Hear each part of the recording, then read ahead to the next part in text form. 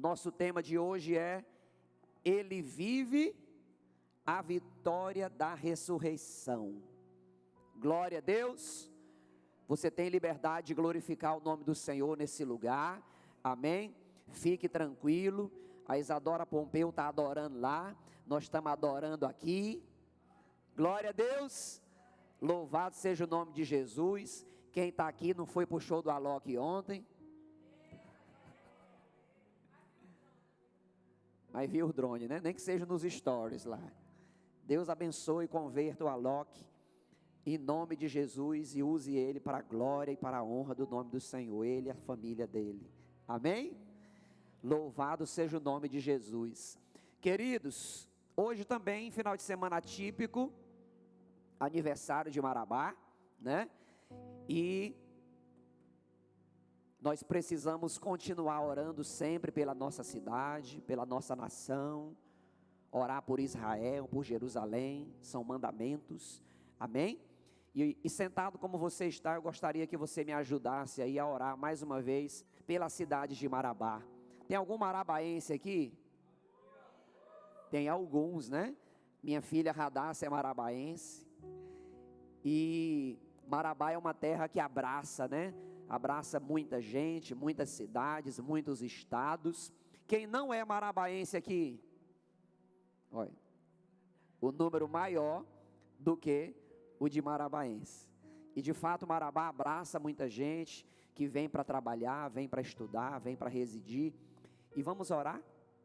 Pai, no nome de Jesus, obrigado pela cidade de Marabá, Senhor. Muito obrigado, Senhor, pelo que o Senhor já tem feito nesse lugar. Obrigado por aquilo que o Senhor está fazendo nesse lugar. E obrigado por aquilo que o Senhor ainda vai fazer nesse lugar.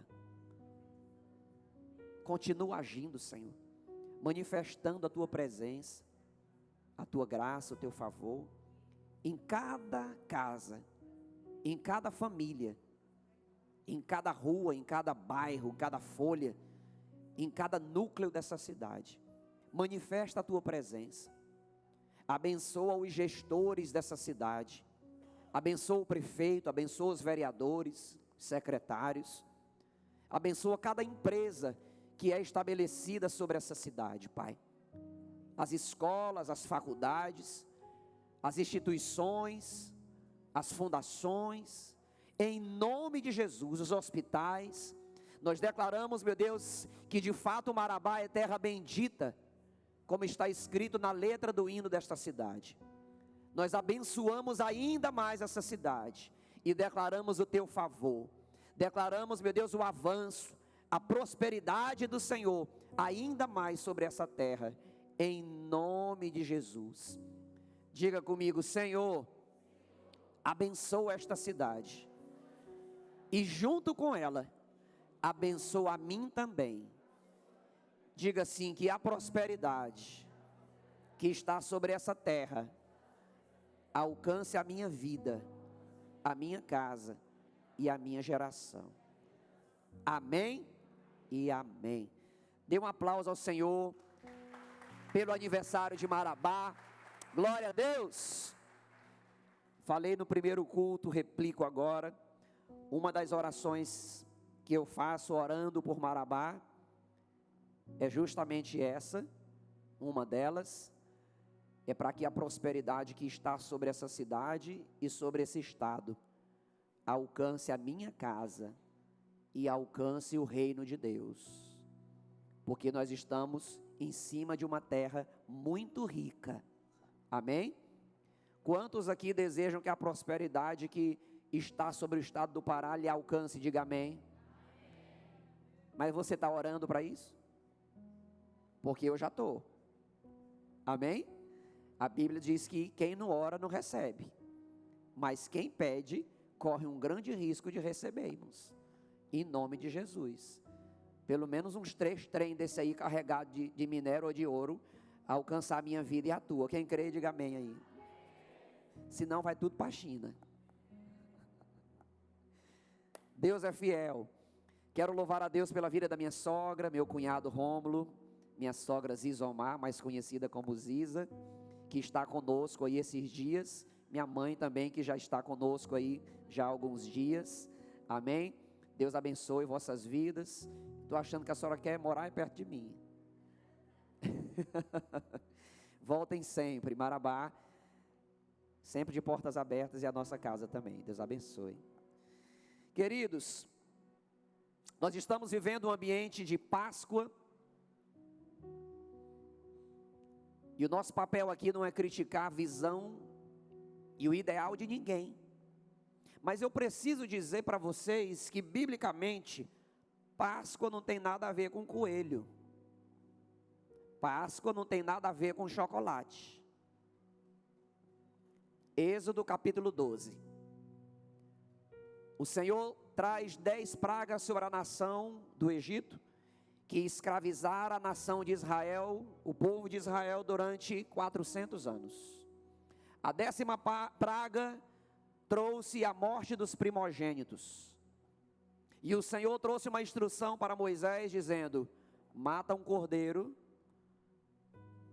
assa, come, juntamente com pães asmos, sem fermento, e ervas amargas.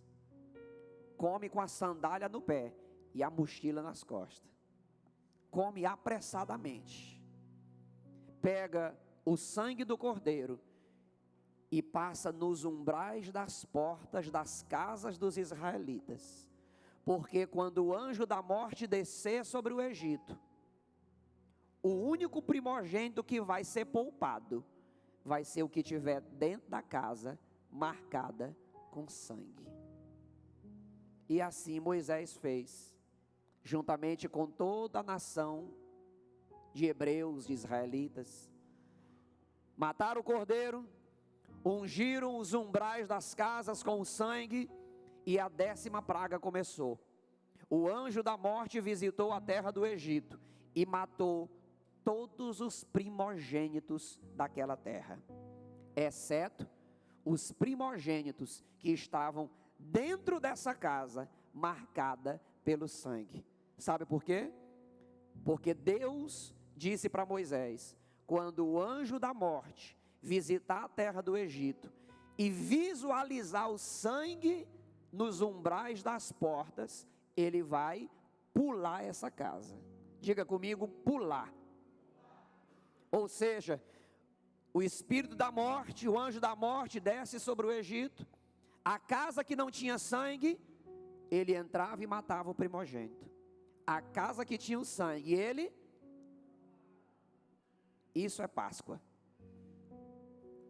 A Páscoa significa passar por cima. A Páscoa significa poupar, livrar. Esse é o significado da Páscoa. Lembra que um cordeiro foi morto para poder pegar o sangue e passar nos umbrais das portas. E há 2000 anos atrás, um outro cordeiro, não mais o quadrúpede, também foi morto. E o sangue desse cordeiro também nos poupa. E isso também é Páscoa. Alguém pode glorificar o nome de Jesus nesse lugar? Diga para o seu vizinho aí: o sangue do cordeiro, Cristo Jesus, está sobre a tua vida, e você é poupado. Isso é Páscoa. Amém? Então diga com muito carinho para a pessoa que está do seu lado aí: feliz Páscoa. Sem ovo e sem coelho, mas com sangue do cordeiro. Aleluia. Queridos, e diante dessa pequena introdução, quero te pedir uma coisa. Já pedi outros anos atrás. Principalmente você que é pai e mãe, aprenda a ensinar os teus filhos da forma certa. Por que é que a gente traz essa instrução? Numa época como essa, talvez um pai cristão possa olhar para o seu filho e dizer assim: eu não vou te dar ovo de Páscoa, porque a igreja não deixa. A igreja não tem nada a ver com isso. Filhinho, eu não vou te dar ovo de Páscoa, porque o pastor não deixa. Eu? Não tenho nada a ver com isso, gente. Não vou te dar, porque Deus briga. Deus não gosta. Não põe Deus nessa história não, irmãos. Se você pôr, ponha da forma certa. Então ensine o teu filho da forma certa. Papai e a mamãe não vai dar por esse e esse motivo. Abra a Bíblia. Leia a história e faça o seu filho entender a história. Porque senão você vai gerar no seu filho uma aversão a Deus, à Bíblia, à igreja e aos líderes da igreja. Isso ocorre também em época de Natal, ocorre em época de festa junina e assim sucessivamente. Amém? Então sente com o seu filho na mesa e ensine da forma correta, para que ele entenda e viva isso com prazer e com entendimento. Amém? Tem algum papai e mamãe me ouvindo aqui? Glória a Deus. Então deixa Deus te usar e seja um canal de bênção na vida dos teus filhos. Mateus capítulo 28. Abra sua Bíblia ou acesse. O texto também vai estar na tela. Mateus capítulo 28, versículo 1 em diante. Quem encontrou, diga amém. Depois do sábado, tendo começado o primeiro dia da semana, Maria Madalena e a outra Maria foram ver o sepulcro. E eis que sobreveio um grande terremoto, pois o anjo do Senhor desceu do céu e, chegando ao sepulcro, rolou a pedra da entrada e assentou-se sobre ela. Sua aparência era como um relâmpago. Irmão, já imaginou? Tem tanta gente que diz assim: eu quero ver um anjo. A aparência desse é como um relâmpago. É coisa forte. E suas vestes eram brancas como a neve. Os guardas tremeram de medo e ficaram como mortos. É forte. O anjo disse às mulheres: não tenham medo. Sei que vocês estão procurando Jesus, que foi crucificado. Ele não está aqui, ressuscitou, como tinha dito. Venham ver o lugar onde ele jazia. Vão depressa e digam aos discípulos dele: ele ressuscitou dentre os mortos e está indo adiante de vocês para a Galileia. Lá vocês o verão. Notem que eu já os avisei. As mulheres saíram depressa do sepulcro, amedrontadas e cheias de alegria, e foram correndo anunciá-lo aos discípulos de Jesus. De repente, Jesus as encontrou e disse: salve. Elas se aproximaram dele, abraçaram-lhe os pés e o adoraram. Então Jesus lhes disse: não tenham medo. Vão dizer aos meus irmãos que se dirijam para a Galileia, lá eles me verão. Glória a Deus. Queridos, nós estamos diante de um dos processos da promessa de Deus para nós. O Senhor nos prometeu que haveria libertação, haveria perdão dos pecados, haveria um plano de salvação para nós. Desde o Éden, desde que o homem cai, o Senhor levantou um plano para nos colocar de pé novamente. E aqui está, se eu posso dizer dessa forma, parte da conclusão da promessa do Senhor para nós. O texto de Mateus 28 está falando da ressurreição de Cristo Jesus. Acerca de Jesus, nós não podemos nos alegrar apenas com a promessa que ele viria. Nós não podemos nos alegrar apenas com a promessa de que ele veio, de que ele nasceu, de que ele viveu, ou de que ele morreu numa cruz. Existe todo um processo, um pacote de bênçãos dentro da promessa que inclui a pessoa de Jesus.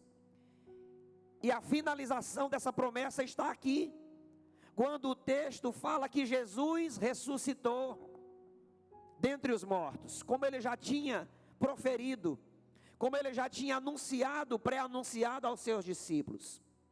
A Bíblia diz, meus irmãos, que se Jesus não tivesse ressuscitado, a nossa fé era vã, a nossa fé era inútil, ela não serviria para nada. Sabe por quê? Porque muitos líderes se levantaram, dizendo que tinham um plano de bênção e de salvação, morreram e nunca mais foi visto. Eles continuam lá mortos, eles continuam lá sepultados, mas o nosso Salvador, o projeto de Deus para a humanidade através de Jesus, não finaliza com a cruz. O projeto de Deus para mim e para você, usando a pessoa de Jesus, não finaliza com a morte, não finaliza com a cruz. Após a morte de cruz, Mateus capítulo 28, deixa claro que Jesus ressuscitou dentre os mortos, e está vivo hoje, à direita de Deus. Quem pode glorificar o Senhor por isso? Jesus não está morto, Ele está vivo. A Bíblia diz que Jesus ressuscitou, se depara com essas mulheres, Jesus ressuscitou, se depara com os discípulos, Jesus ressuscitou, se depara com muitas pessoas, continua vivendo ainda sobre a terra durante alguns dias, e só depois disso é assunto aos céus. Ou seja, de fato Jesus ressuscitou, está vivo hoje, sentado à direita de Deus, aguardando um comando para vir buscar a sua noiva. E aqui será o fechamento completo da promessa de Deus para mim e para você. A promessa de Deus fala da vinda de um Messias através de Isaías. A promessa de Deus foi comprovada com o nascimento de Jesus. A promessa de Deus foi comprovada com a vida e o histórico de Jesus. A promessa de Deus foi comprovada com a morte de Jesus, mas também com a sua ressurreição. E também será comprovada quando Jesus vier nos ares, a trombeta tocar e a noiva subir. Tem noiva de Cristo aqui? Dá um glória a Deus aí. A Bíblia diz que há 2000 anos atrás, nem Jesus sabia o dia e a hora da sua vinda para buscar a sua noiva. Isso há 2000 anos atrás, irmãos. Mas hoje, eu, Carlos, entendo que hoje Jesus já sabe tanto o dia como a hora. Sabe por quê? Porque Ele está sentado à direita de Deus. E lá eles estão batendo um papo, irmãos, maravilhoso, o tempo todo.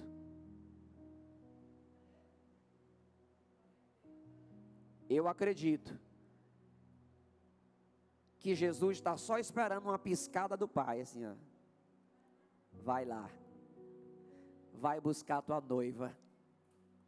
E quando o Pai autorizar, irmãos, Jesus vem sem demora. A trombeta vai tocar. E quem for noiva, vai subir. Olha com carinho para a pessoa que está do seu lado aí.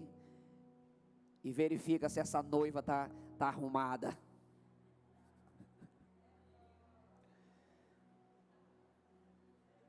Se eu, sendo humano, irmãos, eu não queria uma noiva desarrumada, imagina Jesus, que é o Santo dos Santos, o Rei dos Reis e Senhor dos Senhores. Se o ser humano não quer uma noiva desarrumada, imagina o Rei dos Reis. Diga para o seu vizinho aí, embora se arrumar, ainda dá tempo. E nós não estamos falando de vestes físicas, nós não estamos falando de rugas físicas. Jesus vem buscar uma noiva apaixonada por Ele, que está abandonando o pecado a cada dia, abandonando o pecado a cada instante. Pastor, como é que eu faço para as minhas vestes ficarem alvas? É abandonando o pecado, Cada vez que eu digo não para o pecado, a minha roupa vai ficando mais branca. Cada vez que eu digo não para o pecado, as minhas vestes vai ficando mais alva, até se tornar mais alva do que a neve, para casar com Cristo Jesus. Aleluia! Diga aí, Senhor, me ajuda. Louvado seja o nome do Senhor. Queridos, então nós vemos aqui a realidade da ressurreição de Jesus. E como já dito, o ressurgir de Jesus ressuscita também a fé de muitos. O ressuscitar de Jesus ressuscita a esperança de muitos. Pensa comigo, Jesus ensinava muito e dialogava muito com seus discípulos, mas algumas falas de Jesus ainda eram incompreensíveis para eles. Uma delas, quando Jesus dizia para eles que seria preso, eles não entendiam. Um já arrancava uma peixeira e dizia: não, ninguém te prende, vamos matar todo mundo aqui, o cangaceiro. Até cangaceiro tinha na equipe de Jesus. Gente, estão vindo para me prender. Não, ninguém te prende aqui. E arranca a orelha.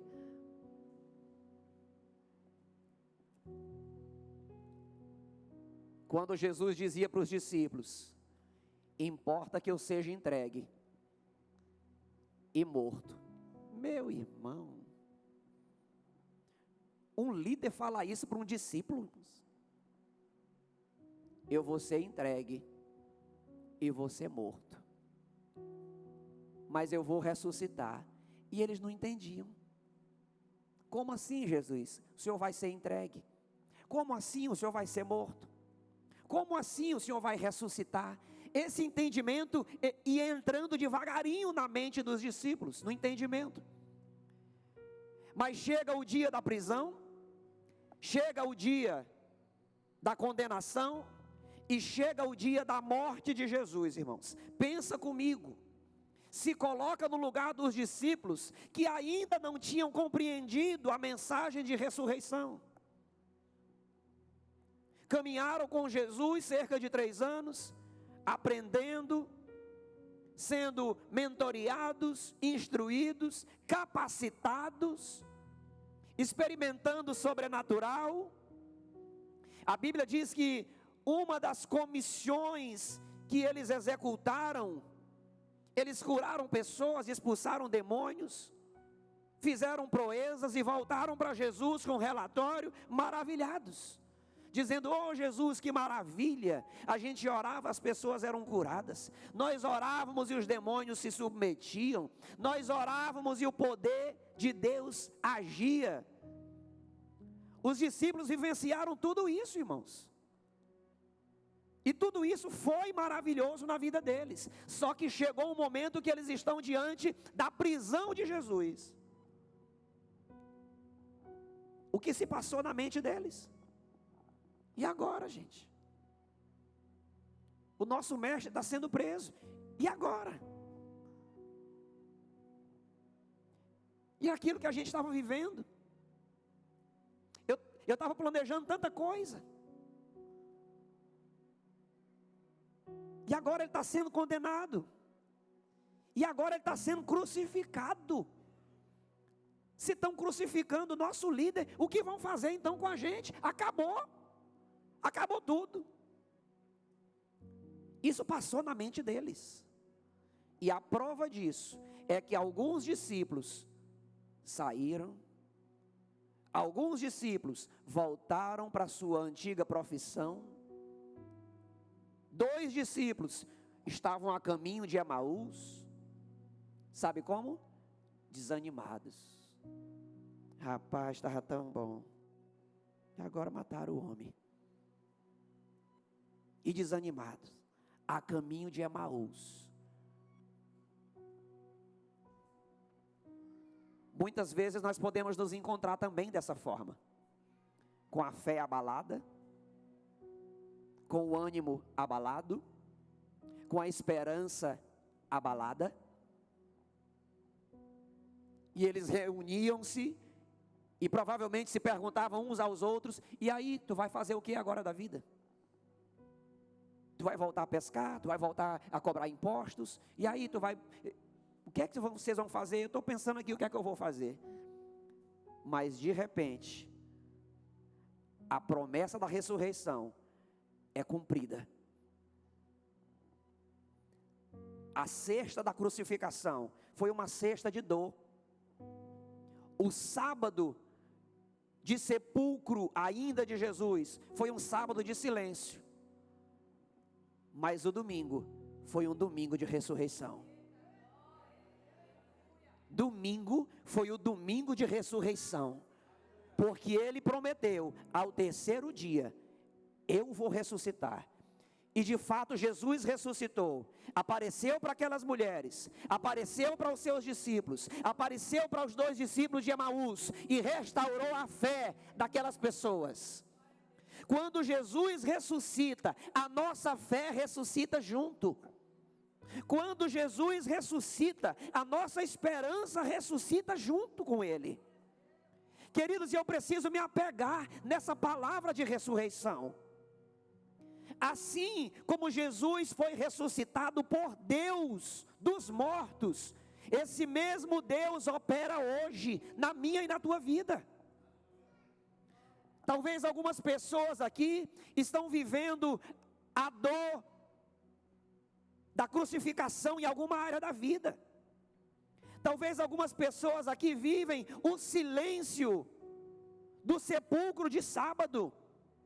Mas eu preciso te dizer essa noite, que o Jesus que foi ressurreto dos mortos, pelo nosso Deus e Pai poderoso, está nesse lugar. E o poder que ressuscitou a Jesus, pode operar na minha e na tua vida, para ressuscitar a nossa fé, para ressuscitar a nossa esperança, para ressuscitar os nossos ânimos, para ressuscitar os nossos sonhos. Eu preciso crer que tudo não acabou na cruz, tudo não acabou no sacrifício da cruz. Jesus não está num túmulo, Ele está sentado vivo à direita de Deus. E Ele intercede por mim e por você, bem como o Espírito de Deus, que intercede por nós com gemidos inexprimíveis. Como a Bíblia diz, Ele é o mediador, Ele é o caminho, Ele é a ponte que nos leva de volta para a presença do Senhor. Queridos, e os discípulos ali, outrora martirizados pela dor, pela decepção, pela incerteza, são vivificados pela ressurreição de Jesus. E Jesus se apresenta novamente para eles, traz o gás novamente que eles necessitavam, e eles dão continuidade ao chamado de Deus na vida deles. Imagine só, se Jesus não tivesse ressuscitado,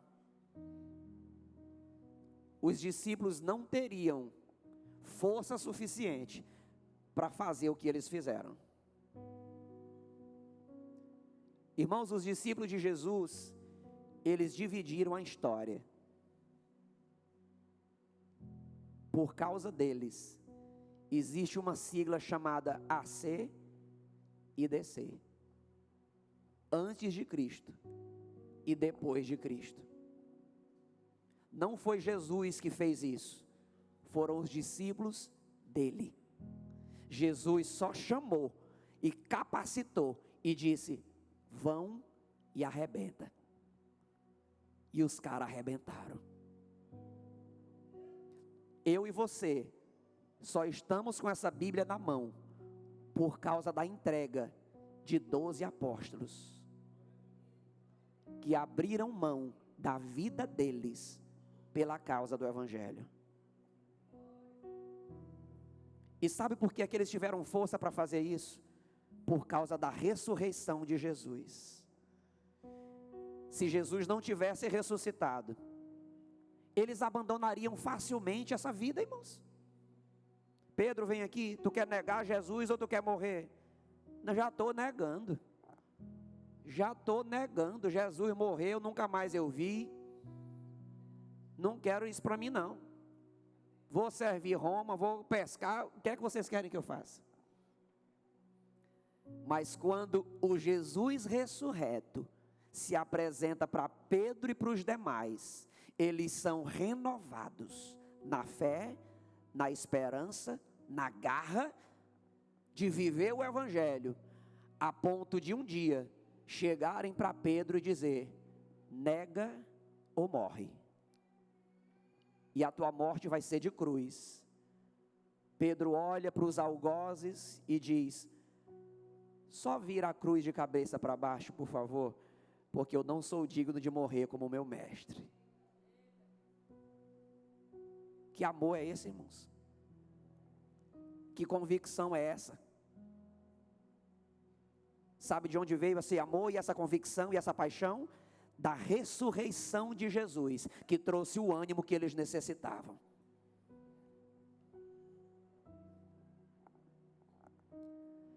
Diga: Senhor, o ânimo que o Senhor trouxe para os discípulos, a força, a coragem e a valentia, traz sobre mim também.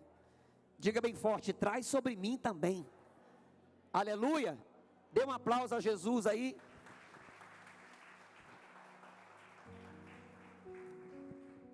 O domingo de Páscoa não é apenas uma data comemorativa, é o centro da nossa fé. Nós não comemoramos, irmãos, a Páscoa no primeiro domingo de abril. Nós comemoramos a Páscoa todo dia. Nós não comemoramos o nascimento de Jesus dia 25 de dezembro. Nós comemoramos o nascimento dele todo dia. Todo dia esse pensamento sobre Jesus precisa estar vivo dentro de nós. Eu não posso cultuar a Deus só num ambiente como esse. Eu só cultuo se estiver tocando uma música. Eu só cultuo se estiver na igreja. Não, irmãos. O nosso Deus, Ele mora dentro de nós. Onde nós estivermos é o lugar de adorar a Ele. Um dos diálogos de Jesus com a mulher samaritana foi esse. A mulher samaritana chega para Jesus e diz: mas onde é mesmo o lugar para adorar? Porque estão dizendo que é num monte, o outro está dizendo que é num outro lugar. E Jesus olha para a mulher samaritana e diz: os verdadeiros adoradores adorarão ao Pai em espírito e em verdade. Onde você estiver é o lugar de adorar a Deus. Onde nós estivermos é o lugar de buscar a Deus, de mergulhar na presença de Deus. Em casa, na igreja, no trabalho, no trânsito, na praia, onde nós estivermos, a nossa mente precisa estar conectada nele. Algumas pessoas lembram do nascimento de Jesus uma vez por ano. Algumas pessoas lembram do sacrifício de Jesus uma vez por ano.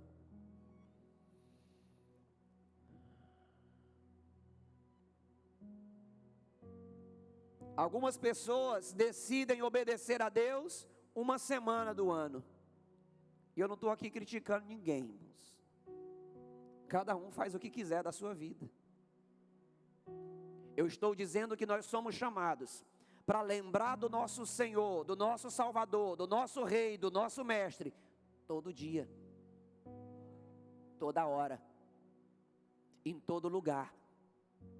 A cada momento da minha vida eu preciso honrar o nascimento de Jesus, eu preciso honrar a vida de Jesus, eu preciso honrar a morte de Jesus, e preciso honrar a ressurreição de Jesus, e preciso continuar esperançoso, entendendo que Ele vai voltar.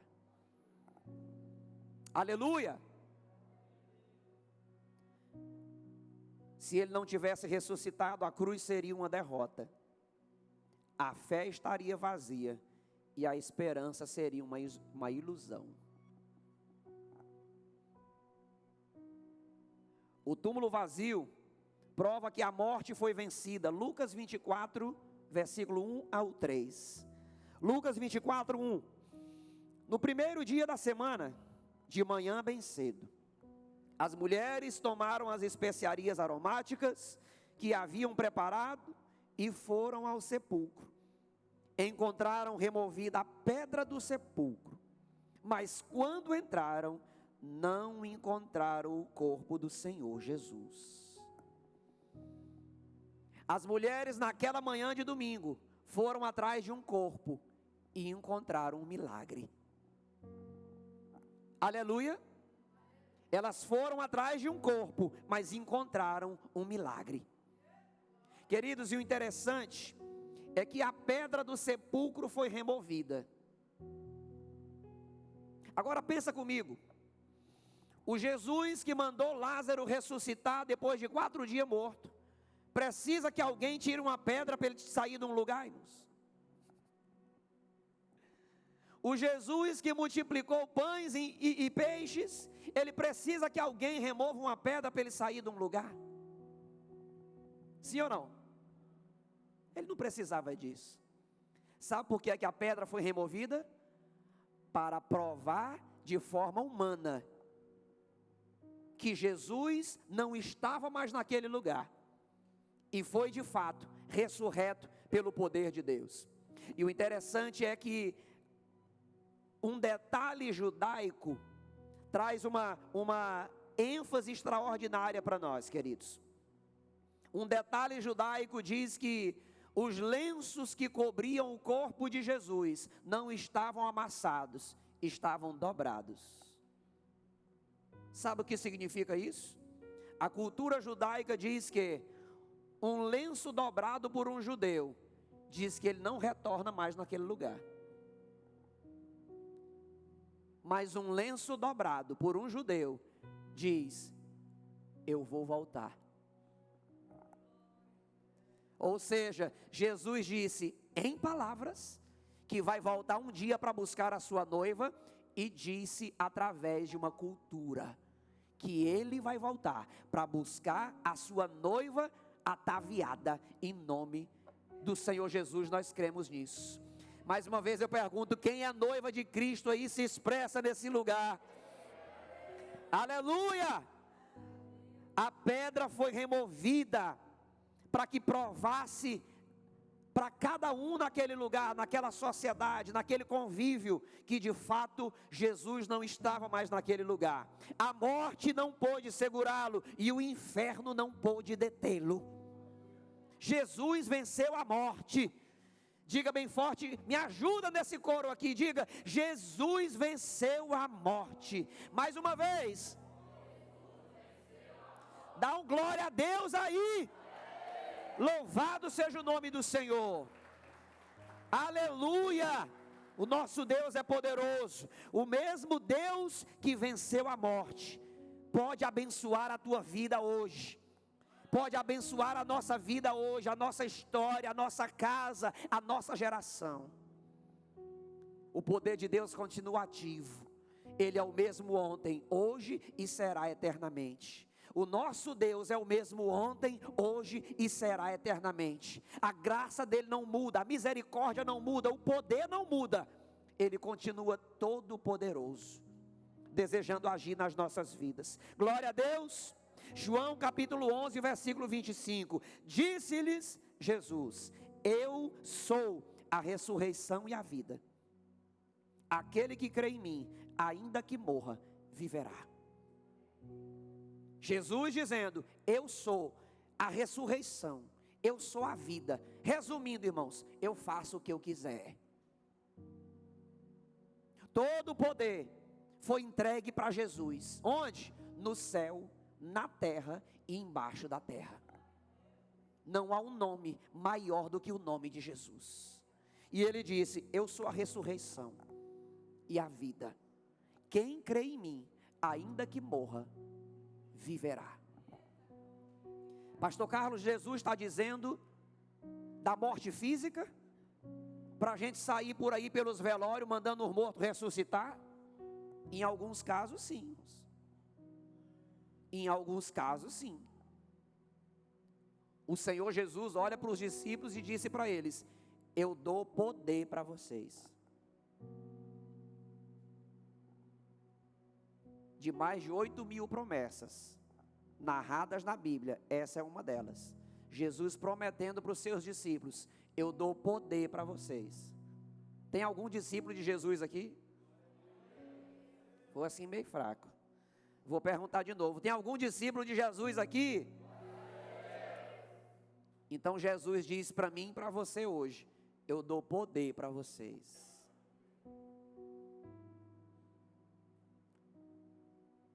Só que tem gente que não crê. Não, isso aí era só por discípulo direto lá. Não, irmãos. Paulo creu. Paulo não foi discípulo de Jesus. Você sabia disso? Talvez alguém possa pensar que Paulo foi um dos 12 discípulos. E não foi. Paulo era discípulo do discípulo. Paulo não conheceu fisicamente a Jesus. Foi um dos lamentos de Paulo. Ele não conheceu, mas creu em cada promessa. E quando a Bíblia diz assim: eu vos dou poder para pisar em escorpiões, para expulsar demônios, para orar pelos enfermos, e se beber alguma coisa mortífera, não lhes causará dano algum. Que promessa maravilhosa, irmãos. Sim ou não? E Paulo creu nisso. Paulo chegou numa determinada ilha, onde havia cobras peçonhentas, uma picada matava o ser humano, e Paulo ali na fogueira, ali na praia, a cobra peçonhenta, matadora de gente, pica Paulo, irmãos. E quando ela pica Paulo, está aqui agarrada na mão, né? Um morador da região diz assim: vai já morrer. E morreu a cobra. E provavelmente aquele morador daquele lugar se espantou. Que homem é esse? Ele tem pacto com que Deus? Que poder esse homem carrega? Essa cobra mata a gente, e agora quem morre é a cobra. Então tem um poder nele maior do que o veneno da cobra. De que poder nós estamos falando? Do poder que Jesus disse para quem? Para os discípulos: eis que eu vos dou poder. Você percebeu? Que Jesus falou com os discípulos, só que alcançou Paulo, que não era discípulo direto. Se alcançou Paulo, precisa alcançar eu e você. Agora não é por isso, irmãos, que nós vamos andar bebendo veneno por aí. A Bíblia diz que se eu tomar não me mata. Não faça isso não. Não tentarás o Senhor teu Deus. Mateus capítulo 4. Palavras de Jesus para o inimigo, tentando o juízo lá no deserto. Agora eu sei que a cobra não me mata, não me envenena, eu vou andar por aí caçando os seus caçadores de cobra. Não faça isso não. Diga para o seu vizinho aí: te aquete. Aleluia. Use esse poder para a manifestação da glória de Deus. Queridos, então, Jesus declara que derramaria poder sobre nós. E de fato esse poder, ele está sobre nós. Como discípulos de Jesus, realmente nós podemos orar por pessoas e elas serem curadas. Orar por situações e Deus vai abençoar. O véu se rasgou de alto a baixo e cada cristão, cada filho de Deus tem acesso ao Pai. Aleluia. Eu vou me sentir muito honrado se você me convidar para fazer uma oração por você, como seu pastor, seu líder de célula. Mas todo cristão genuíno tem livre acesso a Deus. Você comprou uma casa? Sim, nós vamos lá orar com você nessa casa nova. Quem recebe aí? Eita mistério, a minha também, papai. Mas você entrou na casa, irmãos, já vai orando. Você comprou um transporte novo, sem placa? Diga amém, me ajude. Você já entra dentro desse transporte orando, irmãos, porque você tem livre acesso a Deus, ao Pai. Deus também vai ouvir a tua oração. Aleluia, louvado seja o nome de Jesus. Então Jesus disse: Eu sou a ressurreição e a vida. Aquele que crê em mim, ainda que morra, viverá. Jesus está falando da vida eterna. Lembra que eu já falei aqui? O cristão não morre, ele dorme. Baseado nessa promessa aqui. Todo homem e mulher de Deus que partiu dessa para outra, não está morto, está dormindo. E a Bíblia está dizendo aqui, palavra de Jesus: quem crê em mim, ainda que morra, viverá.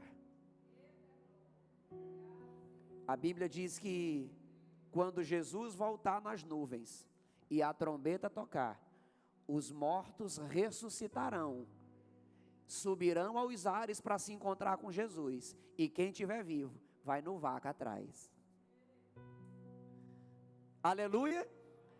É por isso que eu não tenho medo da morte, irmãos. Se Jesus voltar agora, eu subo. Diga amém, me ajude.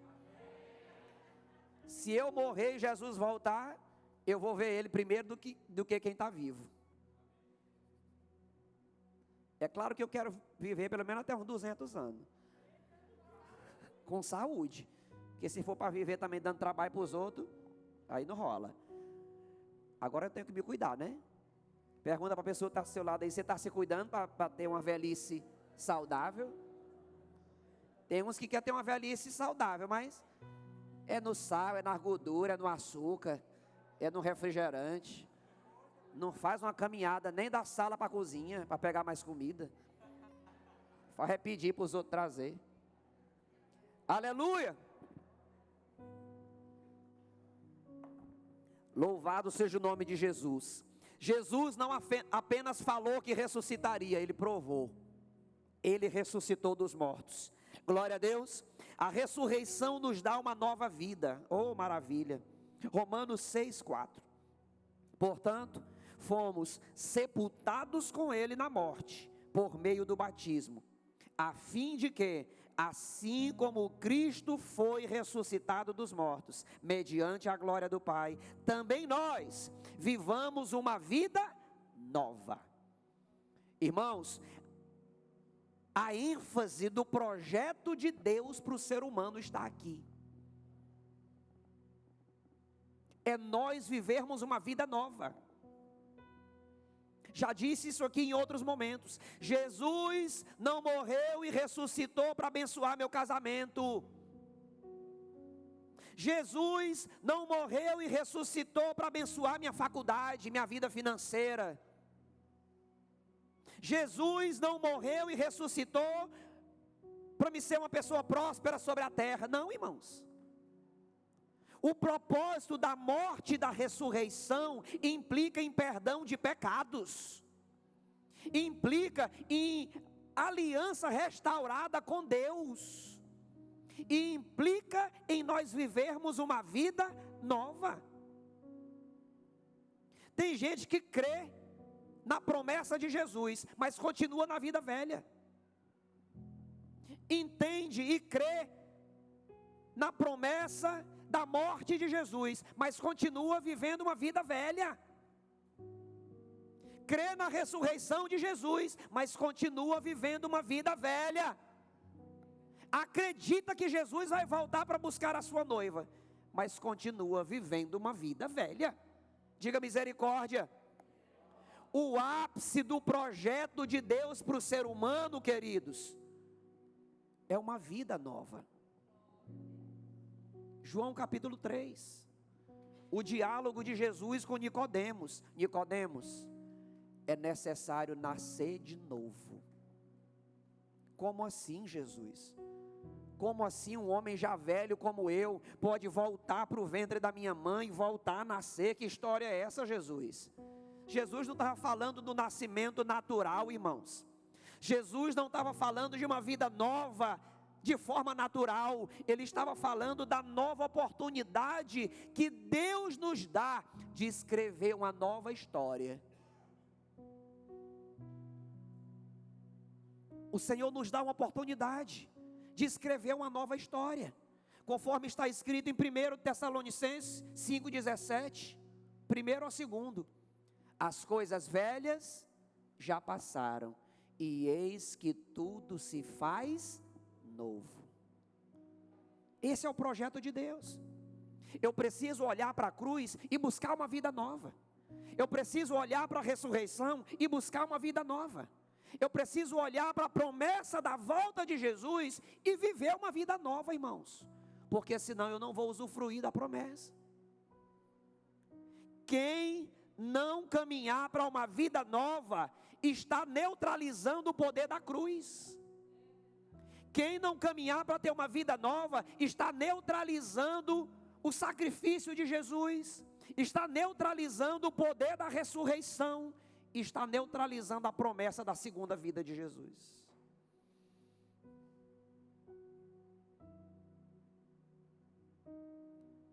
Quando eu entrego a minha vida para Jesus, o Senhor está me dizendo: Carlos, eu estou te dando uma nova oportunidade para você escrever a tua nova história. Sabe o teu passado, Carlos? Eu vou zerar ele aqui, ó. As coisas velhas já passaram. Eis que tudo se faz novo. A pergunta é: você está aproveitando a oportunidade de escrever uma nova história? Eu estou.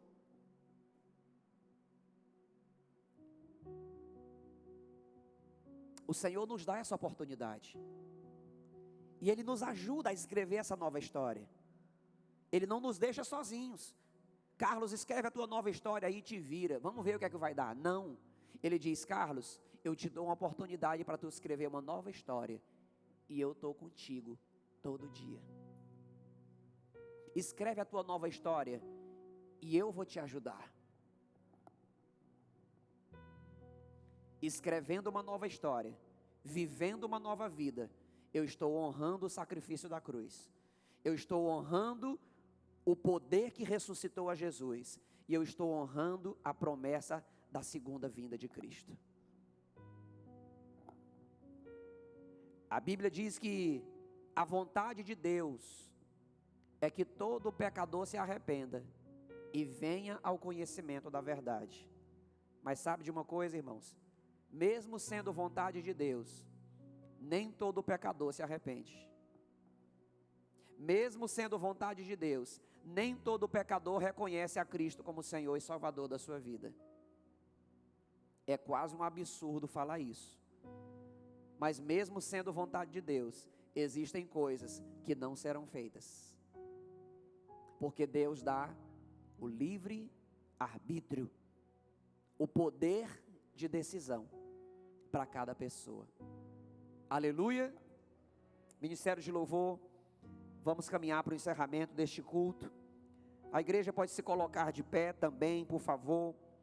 1 Coríntios capítulo 15, versículo 54 em diante diz: quando, porém, o que é corruptível se revestir de incorruptibilidade, e o que é mortal de imortalidade, então se cumprirá a palavra que está escrita: a morte foi destruída pela vitória. Onde está, ó morte, a tua vitória? Onde está, ó morte, o seu agrilhão? O agrilhão da morte é o pecado, e a força do pecado é a lei. Mas graças a Deus que nos dá vitória por meio do nosso Senhor Jesus Cristo. Aleluia. Diga comigo: Senhor, muito obrigado pela vitória conquistada na cruz, na ressurreição, e por compartilhar ela comigo. Aleluia. Feche os seus olhos, por favor.